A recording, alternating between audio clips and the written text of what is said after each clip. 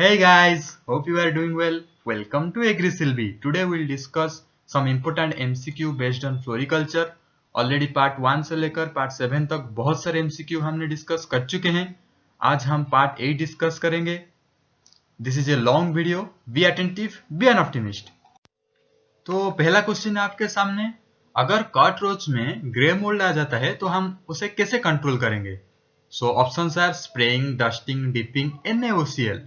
NaOCl आपको पता होना चाहिए, ये सोडियम हाइपोक्लोराइड है और ये एक बहुत ही अच्छी वाला पेस्टिसाइड है. तो फिर आप ट्राई कीजिए आंसर देने के लिए. The answer is in next slide. So इसका आंसर है D, all of the above. हम किसी भी तरह सोडियम हाइपोक्लोराइड को दे सकते हैं, ग्रे मोल्ड को कंट्रोल कर सकते हैं. तो फिर ग्रे मोल्ड के बारे में थोड़ा जानकारी आपको दे दूं.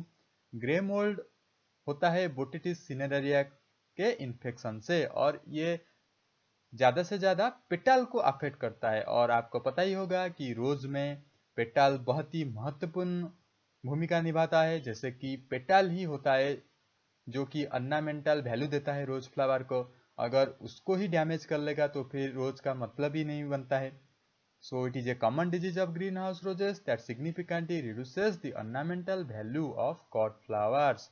So हम ग्रे मोल्ड को कंट्रोल करने के लिए सोडियम हाइपोक्लोराइड यूज करते हैं. यहाँ पर आप देख सकते हैं ग्रे मोल्ड कितनी डैमेज कर सकता है, कितना हद तक ये डैमेज कर सकता है आप देख सकते हैं. और इसको कंट्रोल करने के लिए ये लिक्विड सोल्यूशन है सोडियम हाइपोक्लोराइड को. पर आप डस्टिंग भी कर सकते हैं, जैसे कि आंसर में आ गया ऑल ऑफ द अबव. सो आप किसी भी तरह सोडियम हाइपोक्लोराइड को दे सकते हैं. आप पिक्चर में देख सकते हैं ये गुलकंद है और ये आयुर्वेदिक मेडिसिन में बहुत ही ज़्यादा यूज होता है.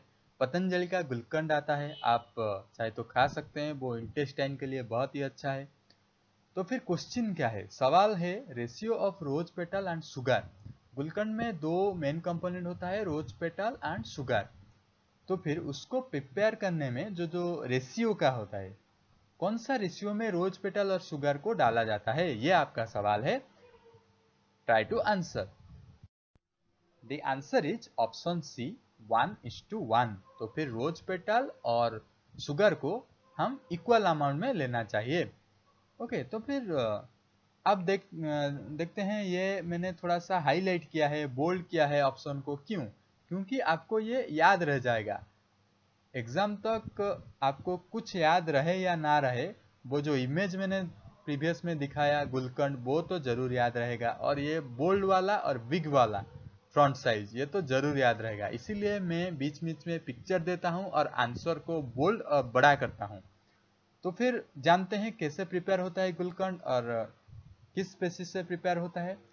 पहले तो मैं बता दूं, रोज का कोई भी स्पेसिस ले लो, आप गुलकंद प्रिपेयर कर सकते हैं. पर अगर हम देखें कमर्शियली और मोस्ट पॉपुलरली, डेमास्कस रोज को हम यूज करते हैं गुलकंद प्रिपेयर करने में.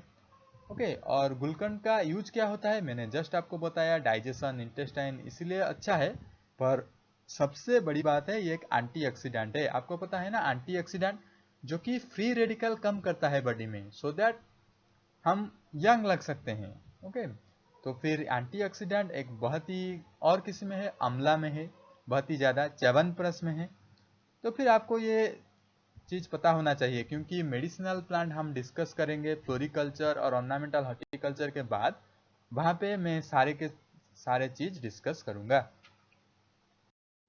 गुलकंद का मेडिसिनल प्रॉपर्टी जानते हैं. मैंने आपको अभी बताया, अगर आप 1 से 2 चम्मच लेते हैं तो फिर आपका कोई भी एलिमेंटरी कैनाल से रिलेटेड प्रॉब्लम नहीं रहेगा. ये एसिडिटी रिड्यूस करता है, स्टोमक हीट को रिड्यूस करता है, अल्सर भी रिड्यूस कर सकता है, स्वेलिंग इन इंटेस्टाइन को भी रिड्यूस करता है, और गुलकंद माउथ अल्सर को भी रिड्यूस करता है, टीथ एंड गम्स को स्ट्रांग करता है. तो फिर उसके बाद हम जानेंगे कैसे प्रिपेयर करेंगे. आप घर में भी इसको प्रिपेयर कर सकते हैं.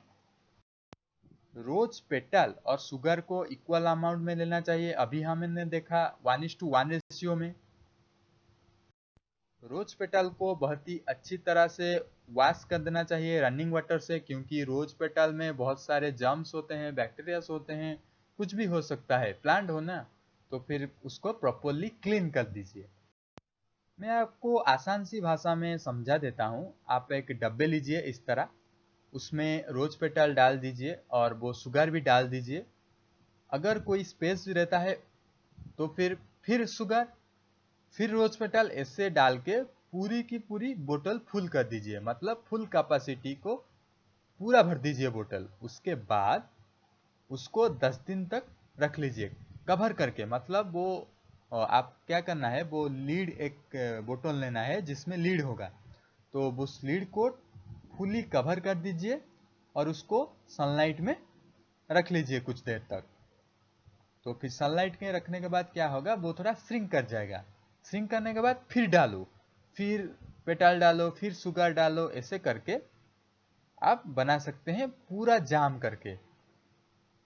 तो फिर गुलकंद प्रिपेयर होने के बाद उसको आप 6 महीने तक यूज कर सकते हैं बिना कोई दुविधा के। Next question, chemical disbudding is practised in. Chemical disbudding एक हॉर्टिकल्चरल प्रैक्टिस है। तो फिर ये किस क्रॉप में पाया जाता है? ये सारे के सारे फ्लावरिंग क्रॉप है, chrysanthemum, rose, marigold, lily. Already हम chrysanthemum, rose and lily discuss कर चुके हैं हमारे पुराने वीडियो में, आप चाहें तो वो देख सकते हैं। तो फिर ये सवाल का आंसर दीजिए। Answer is in next slide. तो फिर आंसर है ऑप्शन है क्राइसैंथेमम। क्राइसैंथेमम एक कमर्शियल फ्लावर क्रॉप है। तो फिर डिसबर्डिंग हम क्यों करते हैं, इसका फायदा क्या है? डिसबर्डिंग होने के बाद हमें बड़ा फ्लावर मिलता है, because large flowers are in demand. तो फिर हम क्या करते हैं डिसबर्डिंग में, सारे के सारे बर्ड्स को रिमूव कर देते हैं, सिर्फ और सिर्फ टर्मिनल बर्ड को छोड़ के। टर्मिनल बर्ड ही बड़ा वाला फ्लावर को जनरेट करता है। तो फिर हम सारे के सारे बर्ड रिमूव कर देते हैं एक्सेप्ट टर्मिनल बर्ड। तो फिर इसको हम कैसे करते हैं? डीबर्डिंग दो तरह के होते हैं, जैसे कि मैनुअली कर सकते हैं, केमिकल के यूज में कर सकते हैं। मैनुअली आप करोगे तो हैंड पिकिंग करना पड़ेगा, और अगर केमिकली करोगे तो 2,3 डाइहाइड्रो 5,6 डाइफिनाइल 1 ऑक्जेंथिन यूज करना पड़ेगा।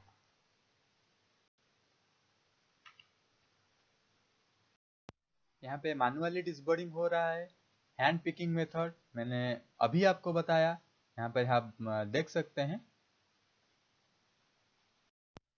ये एक बहुत आसान सा सवाल है, क्वीन ऑफ फ्लावर किसे कहा जाता है? तो ये सभी को पता है, रोज को कहा जाता है। नेक्स्ट क्वेश्चन आपका सामने, minimum vase life of rose and bouvardia is. ये दो के दो कमर्शियल फ्लावर है। तो फिर आप वीडियो को पॉज कीजिए और ट्राई टू आंसर।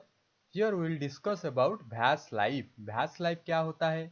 और रोज तो सभी को पता है, पर बोवेरिया फ्लावर के बारे में हम कुछ नया जानेंगे यहाँ पे।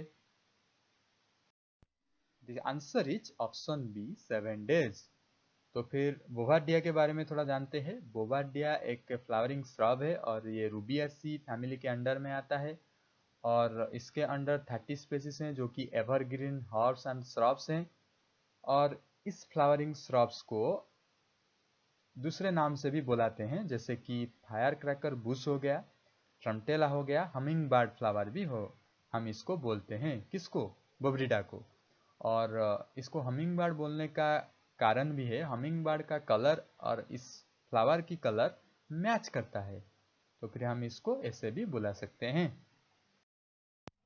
तो फिर पहले जानते हैं भेस लाइफ होता क्या है। अगर हम किसी कट फ्लावर और कट फोलिएज को एक भेस में, मतलब एक पात्र के अंदर रखेंगे, तो फिर वो कितना देर तक फ्रेश रह सकता है, वही होता है भेस लाइफ। तो फिर आप ही बताइए, भेस लाइफ ज्यादा होना अच्छी बात है या फिर कम होना अच्छी बात है? किस फूल को आप चूज करेंगे? which flower will choose having long base life period or less base life period? Obviously the answer is long base life period। तो फिर जिसका लॉन्ग बेस लाइफ है उसी फ्लावर को हम चूज करते हैं फॉर फर्दर पर्पज। बहुत सारे फैक्टर हैं जो कि बेस लाइफ को डिटरमाइन करते हैं, हम एक के बाद एक डिस्कस करेंगे। तो फिर पहला आता है वेराइटी। ऐसा देखा गया है कि एक फ्लावर के अंदर बहुत सारे वेराइटी हैं और उनमें बेस लाइफ वैरी करता है। फॉर एग्जाम्पल, अगर हम सिंगल स्टेम सनफ्लावर को कंसिडर करेंगे, इसका बेस लाइफ बहुत ही ज़्यादा है ब्रांचिंग वेराइटी से। इसी तरह आप अंदाज़ा लगा सकते हैं कितना वैरी करता है बेस लाइफ। वेराइटी के बाद आता है स्टेज एट हार्वेस्ट। तो फिर मैं आपको सीधी तरह बता देता हूँ, अगर आपको एक फ्लावर को फ्रेश रखना है बहुत ही देर तक, तो फिर आप उसको after opening of flower harvest नहीं करना चाहिए। तो फिर कब करना चाहिए? Before fully open of that flower you should harvest. Okay, ये बात आपको याद रखने हैं कि फ्लावर के फुली ओपन होने से पहले आपको हार्वेस्ट कर लेना चाहिए और उसको वाटर में डुबा देना चाहिए, जो कि बहुत देर तक फ्रेश रहता है फ्लावर। और एक चीज आप कर सकते हैं, आप कुछ फ्लोरल प्रिजर्वेटिव भी ऐड कर सकते हैं। शुगर एक मेन कंपोनेंट होता है वो फ्लोरल प्रिजर्वेटिव में, जो कि फ्लावर को सस्टेन रखने में मदद करता है। उसके बाद आता है time of day at harvest. वो तो सबको पता है, क्योंकि हम जानते हैं फ्लावर को कब हार्वेस्ट करना चाहिए। The perfect time obviously in the morning and in the evening, not in the Noon, because Noon time temperature बहुत ही ज़्यादा होता है, वो एवापोरेशन करता है वगैरह वगैरह। आपको तो सब पता ही होगा, क्योंकि हम ऑलरेडी MCQ 5 और 6 में ये बात डिस्कस कर चुके हैं। टाइम कैसे अफेक्ट करता है एक फ्लावर को, टेम्परेचर भी अफेक्ट करता है बेस्ट लाइफ ऑफ फ्लावर को। कैसे, मैंने जस्ट आपको बताया कि आप फ्लावर को कब मॉर्निंग और इवनिंग में हार्वेस्ट कर सकते हैं, सो दैट टेम्परेचर लेस होगा।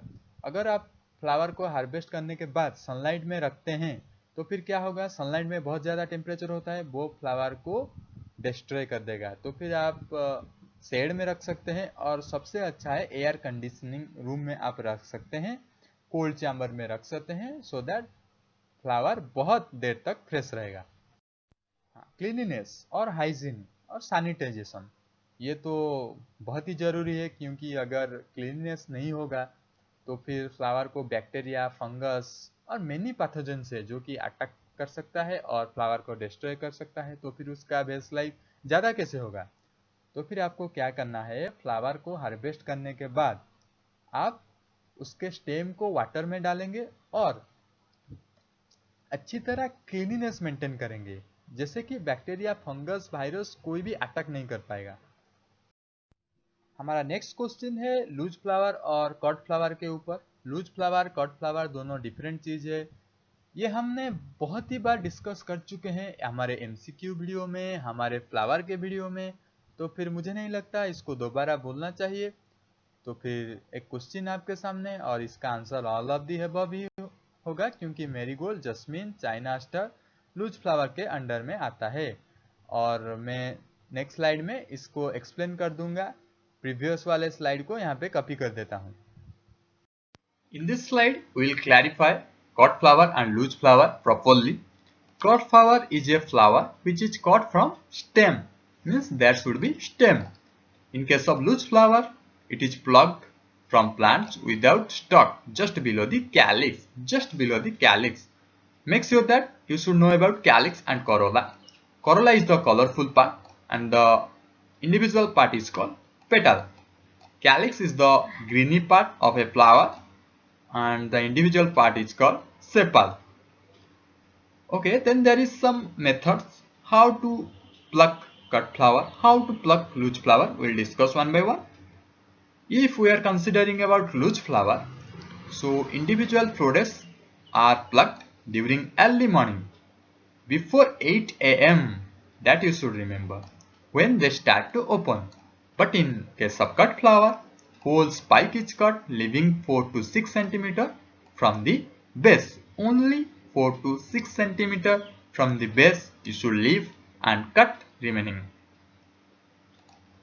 You can't remember all cut flowers because there is a huge list, but you can remember loose flowers. So these are the list. You can remember at once, so revise it once or twice, then you can able to fit in your memory. Barleria, bleeding dahlia, calotropis, chrysanthemum. Already chrysanthemum, anthurium, rose and different flowers are in my playlist. You can go there, you can watch. Chandini, crescendra, eranthemum, gardia, lotus, marigold, rose, sunflower, sunflower, tuberose, water lily, jasmine, carnelian.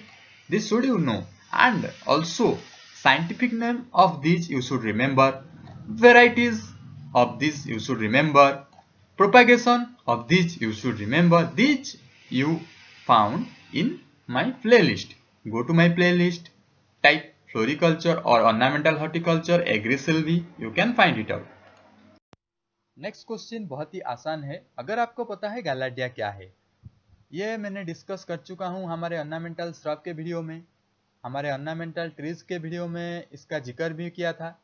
तो फिर आपको पता होना चाहिए इस किस family का है। तो फिर द आंसर इज एस्टेरेसी।